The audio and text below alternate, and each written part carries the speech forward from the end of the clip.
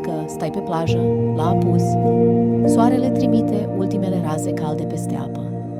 Valurile se aud liniștitor, iar briza îți mângâie fața. Respiră, lasă gândurile să treacă, ca norii pe cer. Nu le opri, doar privește-le cum vin și pleacă. Acum simte liniștea. Ești aici, prezent, în siguranță, în armonie cu tine însuți. Mai inspiră o dată adânc și expiră ușor. Rămâi în această stare de calm și pace interioară, atât cât ai nevoie.